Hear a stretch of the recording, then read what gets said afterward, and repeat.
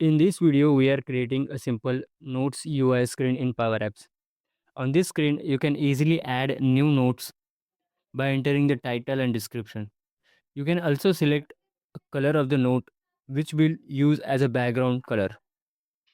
Once you save the note, it will appear in the note list with the selected color, making it easy to visualize, organize, and different notes. If you want to edit a note, just click that note. The edit screen will open where you can update the title and description or change the note color. When you change the note color, you will notice that the background color of this note update instantly. This make the note UI looks clean and colorful and easy to manage. This is a simple practical UI design that you can use in many Power App solutions like task, reminder, projects, notes. If you want to learn how to build this complete note screen in Power App step by step, make sure to subscribe to the channel and I'll upload the full tutorial soon. And subscribe for more Power App UI tips and components.